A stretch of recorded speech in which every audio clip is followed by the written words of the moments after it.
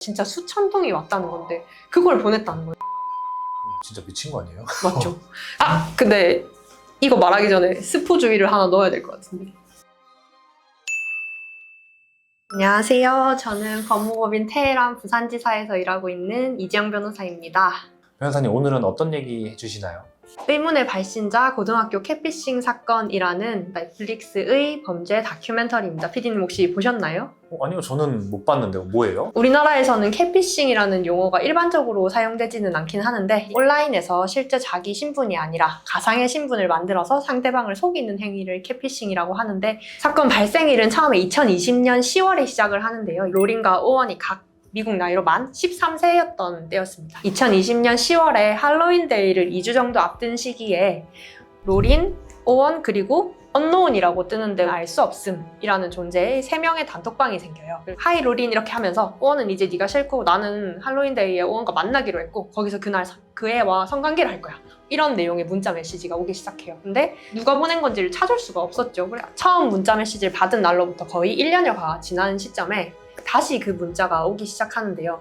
역시 로린을 비난하고 오원에 대해서 성적인 행위를 암시하는 내용이었어요. 그리고 로린이 그날 레깅스를 입었다 하면 왜 입었냐, 안 어울린다 이렇게 비난하는 내용이 나온다거나 로린의 일거수일투족을 감시하는 듯한 내용이 계속해서 도착합니다. 로린과 오원이 자란 동네는 빌시티라고 하는 아주 작은 동네로 나와요. 유치원부터 고등학교까지가 한 건물에 있어서 다 같이 다니는 전교생이 한 300명 정도 된다고 나오거든요. 그러니까 매우 친한 친구들이겠죠, 다들. 그런 와중에 로린과 오원은 그 학교의 공식 커플처럼 유명한 커플이었어요. 또 이 사태를 알고 나서는 동급생들이 혹시 로린과 오원의 이런 끈끈한 관계를 질투해서 보내는 게 아닌가 이런 의심을 하기도 하고 혹은 로린의 자작극이 아니냐라는 의심을 받기도 합니다. 그래서 학교에서 처음으로 택한 방법은 아이들이 그 메시지를 받은 시간에 학교의 CCTV를 보는 거였는데 모두가 휴대폰을 항시 잡고 있기 때문에 추려지지가 않았어요. 그리고 그러던 와중에 로린과 오원은 결국 이러한 스트레스를 견디지 못하고 헤어지게 돼요. 왜냐하면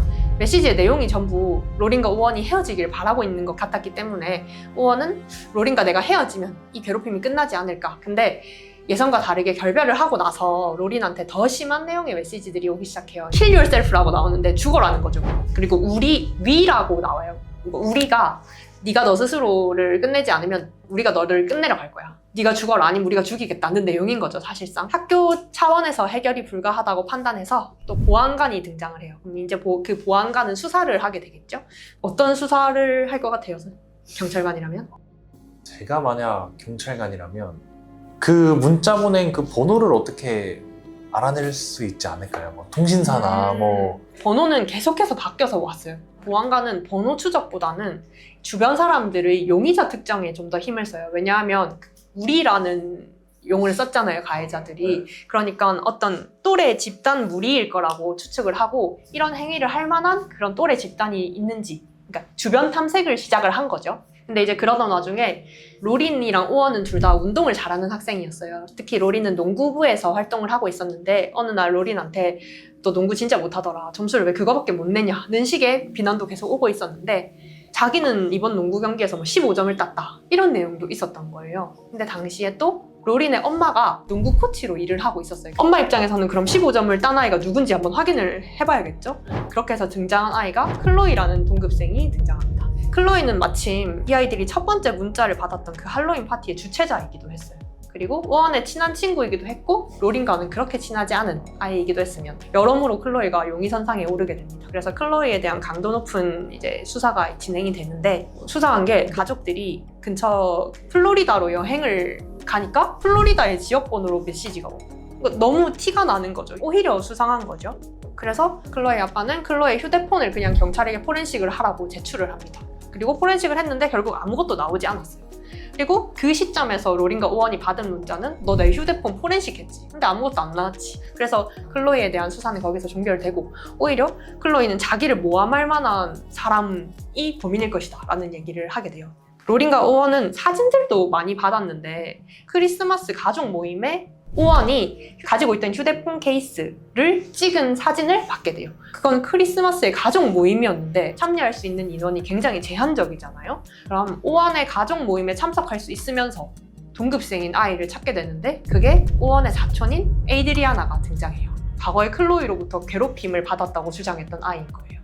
그러니까 클로이 입장에서는 에이드리아나가 자기를 모함할 여지가 너무 충분한 거예요. 또 다시 에이드리아나에 대해서 강도 높은 수사가 들어가는데 완전 범인 같은데요?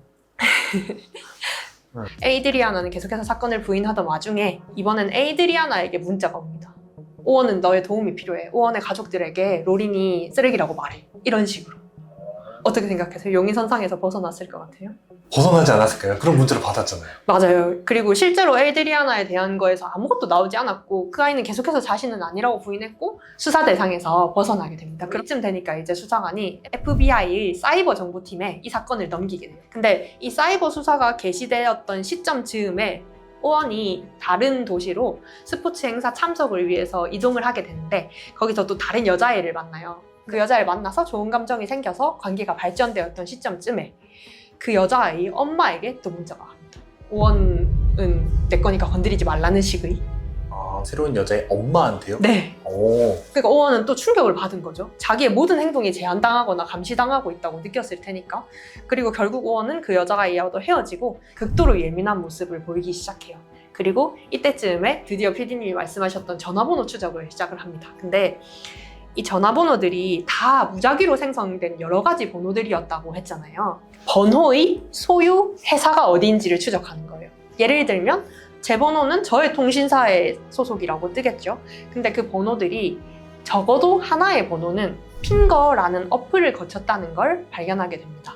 자신의 번호가 아닌 다른 번호로 상대방에게 문자 메시지를 보낼 수 있는 어플이에요. 근데 이게 문제가 뭐였냐면 미국에서는 핑거라는 어플을 사용하는 데 있어서 실명 인증을 받지 않아요. 이 핑거를 통해서는 바로 그 사람이 누구인지까지는 알 수가 없었던 거예요. 그래서 FBI에서 핑거라는 어플에 바로 또 수색영장을 발부해서 IP 주소를 받아옵니다. 2개의 IP 주소를 받아오는데 그 IP 주소에 연결되어 있는 번호들을 또 쫙 받아와요. 그 IP 주소 2개가 속해 있었던 통신망에 수색영장을 넣어서 번호들을 받고 그 번호들을 가지고 오원에게 번호를 전부 받아서 대조를 해보니까 하나의 번호가 딱 뜨는 거예요.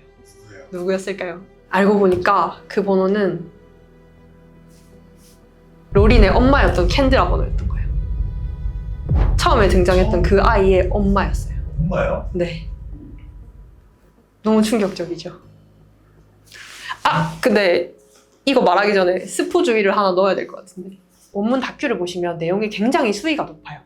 성적인 표현도 많고 그리고 자신의 딸에게 자꾸만 죽어라 혹은 죽이겠다 는 내용을 말했잖아요. 진짜 수천 통이 왔다는 건데 그걸 보냈다는 거예요. 엄마가 딸한테. 진짜 미친 거 아니에요? 맞죠.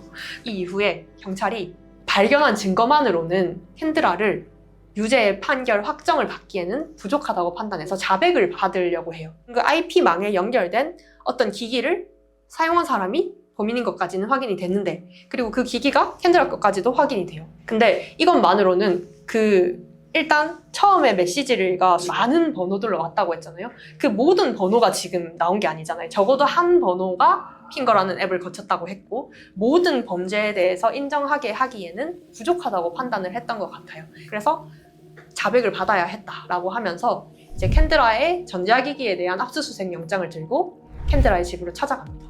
우리가 당신의 전자기기에 대한 압수수색 영장을 가지고 왔으니까 가서 얘기 좀 하자. 아이들이 받은 메시지에서 이렇게 IP 추적을 했더니 당신의 번호가 나왔다. 아까 그랬더니 잠깐 말이 없어져요. 경찰이 왜 그랬나요? 혹시 뭐 오원을 사랑했나요? 근데 캔드라가 그게 아니라고 해요. 그럼 왜 그랬냐? 잠깐의 괴롭힘도 아니지 않느냐라고 하니까 처음엔 자기가 시작한 게 아니었다고 해요. 처음에는 그 할로윈 파티 2주 전이었다고 했잖아요, 제가. 그건 자기가 보낸 게 아니래요. 근데 한 11개월 정도 지나서 다시 문자가 오기 시작했다고 했잖아요. 네, 1년 후에. 네, 그 다시 문자가 오기 시작했을 때 그 범인을 잡기 위해서 자기가 범인인 척했다는 얘기를 해요. 로린의 아빠와 전화 통화를 하면서 이 메시지를 보낸 사람이 캔드라로 확인이 됐다 이런 얘기를 하고 당장 오시라 해서 캔드라의 남편인 션이 와요. 션이 도착하고 캔드라와 로린을 분리시키려고 하는데요. 캔드라가 로린을 안고 머리도 쓰다듬고 나는 이 아이와 떨어질 수 없다고 해요. 로린은 되게 멍해요. 어떻게 보면 담담해 보일 수도 있고 그냥 멍하니 막 자기 발을 만진다거나 그냥 가만히 이렇게 안겨있다거나 굉장히 충격적이었겠죠? 이 로린의 엄마가 하던 일이 IT팀이었어요. 기기를 다루는 데 익숙한 사람이었던 거죠. 그리고 당연히 로린의 엄마니까 로린의 일거수일투족을 알고 있었고 농구부 코치이기도 했고 그러니까 학교의 아이들도 잘 알고 있었던 거죠. 그러니까 알고 보면 이게 어떻게 할 수 있었던지가 다 드러나요. 근데 이후로도 로린은 계속해서 캔드라를 그리워하는 모습을 보여요. 왜죠? 그냥 엄마라서 그런가? 캔드라는 겉에서 보기에는 굉장히 헌신적인 엄마였던 거예요. 로린의 학교의 코치 같은 것도 자처하고 로린에게 엄청 많은 시간을 보내고 함께. 그래서 로린과 엄마는 상당히 가까운 사이였고 아빠인 션도 캔드라가 로린을 자기 목숨보다 더 사랑한 줄 알았다고 해요. 겉에서 보기엔 완벽한 엄마였다는 거죠. 그리고 이 아이는 아직도 어린아이였기 때문에 엄마에 대한 의존도 꽤 있었던 것으로 보이고 그리고 너무 충격적인 상황이라 사실 이걸 제대로 소화하기도 힘들었던 것으로 보여요. 19개월에서 최대 5년이라는 형을 선고받고 2024년 8월 8일에 가석방이 또 돼요. 19개월을 채우지 않고 가석방이 되는데 그때 1년 6개월의 보호관찰이 붙어서 가석방이 되거든요. 딸인 로린과는 연락하거나 접근하지 말라는 내용이 포함된 가석방을 받아요. 제가 이 판결에 대해서 조금 자세하게 설명을 해드릴 수 있을 것 같아요. 왜냐하면 다큐를 보고 저도 반응을 찾아보는 걸 좋아해서 한번 봤더니 이 부분에 대해서 좀 설명이 부족하다는 사람들이 많았어요. 일단 캔드라가 처음에 보냈던 그 할로윈 메시지는 자기가 보낸 게 아니라고 했어요. 그거에 대해서는 범죄가 인정이 됐을까요? 안 됐을까요? 인정이 됐을 것 같은데요. 결국 재판에서도 이 부분에 대해서는 자기가 인정을 하지 않았어요. 그 부분은 자기가 한 게 아니라고. 일단 검찰에서 캔드라를 기소한 혐의는 5가지였어요. 5가지 기소 중에서 결국 유죄 판결은 2개만 받았어요. 이건 왜 그럴까요? 이것도 다큐에서는 그 이유는 나오지 않아요. 유죄 협상이라는 제도가 있어요, 미국에는. 우리나라에는 없는 제도인데 이게 미국 재판에서는 아주 널리 쓰이는 제도이거든요. 검사는 할 수 있는 모든 기소를 해요. 여기서도 5건이 기소가 됐죠. 근데 이 5건 중에 그럼 네가 이 2건에 대해서 깔끔하게 인정을 하면 나머지는 내가 기소를 안 할게. 이건 불기소를 해줄게. 라고 피고인과 협상을 하는 제도인 건데 제일 중한 중범죄인 2건을 인정하는 대신에 나머지는 정리를 해주겠다. 근데 네가 이걸 인정을 안 하면 우린 5건을 다 다툴 거다. 압박 수사인 거죠. 근데 사실 캔드라 입장에서도 어쨌든 일부라도 인정을 했으니까 사실은 그 3건을 없앨 수 있으면 이 2건에 대해서 인정을 하는 게 아마 나쁘지 않다는 판단을 변호사랑 캔드라가 하고 그렇게 결정을 한 거겠죠. catfishing 사건이라고 말씀을 드렸잖아요. 근데 저희 회사에서도 catfishing 사건이 있었어서 하나 말씀을 드리자면 이 의뢰인도 미성년자였어요. 미성년자 고등학생이었는데 공부하기 싫다 이런 식의 공부에 관련된 하소연을 하는 오픈 채팅방이 있었고 거기서 고등학생 남자의 사람을 만나게 돼요. 그래서 2사람이 공부하기 싫다, 스트레스 받는다 이런 대화로 시작을 해서 꾸준히 연락을 주고받게 돼요. 썸을 타게 된 거죠. 연락을 계속 주고받다가 만나자는 얘기가 나와요. 근데 이 연락을 주고받을 때 그 남자애가 자기는 부자라고 해요. 자기는 기사도 있고 태워준다, 등하교도 해준다. 자기는 부자라고 하면서 호텔에서 만나자고 해요. 미성년자들이 호텔에서 만나는 거 이상하잖아요. 여자애도 이상하다고 생각했겠죠? 근데 그 남자애가 우리 동네는 다 이렇게 살아. 근데 이 여자는 그런가 보다. 부자의 세계는 저런가 보다 하고 만나러 가는데 그 여자애를 어떤 기사가 또 태우러 와요. 그래서 그 기사의 차를 타고 호텔에 갔는데 여자애가 먼저 도착하고 남자애가 깜깜한데 이렇게 마스크도 쓰고 등장을 하는데 딱 보니까 너무 늙은 사람인 거예요. 얼굴이. 여자애가 화들짝 놀랐겠죠? 그랬더니 그 남자애가 자기가 사실 어릴 때 너무 큰 병을 앓아서 그 뒤로 약도 꾸준히 먹고 수술도 여러 번 하느라 부작용으로 노안이 돼버렸다. 얼굴이 많이 상했다. 근데 그것 때문에 너무 본인이 스트레스 받고 해서 막 자해 시도도 하고 죽으려고도 했다. 근데 또 여자애는 오랫동안 연락을 주고받던 사이였잖아요. 그것도 좋은 감정으로. 근데 그런 사람이 눈앞에서 너도 나를 괴물로 보느냐라고 하고 죄책감을 주는 말을 계속 하니까 미안해진 거죠. 그래서 그런 게 아니다 라고 하고 이들은 사귀기로 하고 연락을 계속 이어갑니다. 약 2년 동안. 그 기간 동안 이 여자아이는 수능도 치고 성인이 돼요. 수능 날에도 남자애가 자기가 수능 5교시 끝나자마자 방금 외국어 다 5번 맞냐? 이런 연락도 오고 부모님이 자꾸 유학을 보내려고 한다. 근데 나는 너를 두고 갈 수가 없다. 그렇게 이제 고등학생일 때부터 성인이 되고까지 2년을 만났다고 했잖아요. 만나고 사귀는 사이니까 만나면 성관계도 가지고 했겠죠. 근데 어느 날 여자애한테 너 누군데 내 남편이랑 연락을 하느냐는 문자가 온 거예요. 그쵸? 역시 아니었죠? 다 네. 거짓말이었죠. 근데 이게 지나고 보면 그걸 믿을 수가 있냐 싶지만 굉장히 치밀한 거짓말이 많았어요. 그래서 만나면서 이제 의심을 못했던 것 같은데 알고 보니까 2년을 만난 시점에서 만 50세였다. 만 50세요? 네. 심지어 자녀가 있는 유부남이었습니다. 기사도 그냥 본인이었어요. 기사가 본인이었어요? 네. 여자애 먼저 데려다 주고 자기가 이제 나중에 이게 마스크 쓰고 이렇게 깜깜한 방에 등장을 한 거죠. 그리고 뭐 자기가 부자라고 하고 뭐 우리 주변은 다 이래 라고 하는 것도 일종의 미성년자에 대한 가스라이팅이었겠죠. 너는 이런 거 모르지? 라는 느낌이니까. 그래서 이 의뢰인이 상대 남성에 대해서 성적 자기결정권 침해 등으로 손해배상 청구를 한 사건이었어요. 제가 방금 말씀드린 사건과 처음 사건은 조금 다른 결이지만 점점 더 많은 아이들이 휴대폰을 이른 나이에 사용하기 시작하면서 많은 위험에 노출되어 있는 게 사실이에요. 근데 이걸 부모가 일일이 통제하려고 해도 통제를 할 수 없을 뿐더러 통제를 하려는 시도 자체가 갈등이 유발이 되겠죠. 우리나라는 다행히도 본인 인증 없이도 무작위로 번호를 만들어낼 수 있는 그런 어플은 없어서 뭐 이러한 범죄가 있다고 하더라도 뭐 사이버 범죄 수사대가 조금 수월하게 잡을 수 있겠죠. 이 사건보다는. 그래도 앞으로도 계속해서 이런 사이버 범죄나 뭐 캐피싱 범죄들에 노출되어 있는 미성년자 아이들에 대해서는 어른들이 어쨌든 경각심을 가지고 많이 관찰을 하고 보호를 해야 할 거라고 생각을 합니다. 네, 여기까지 긴 얘기 들어주셔서 감사하고 저는 이만 물러나 보겠습니다. 감사합니다.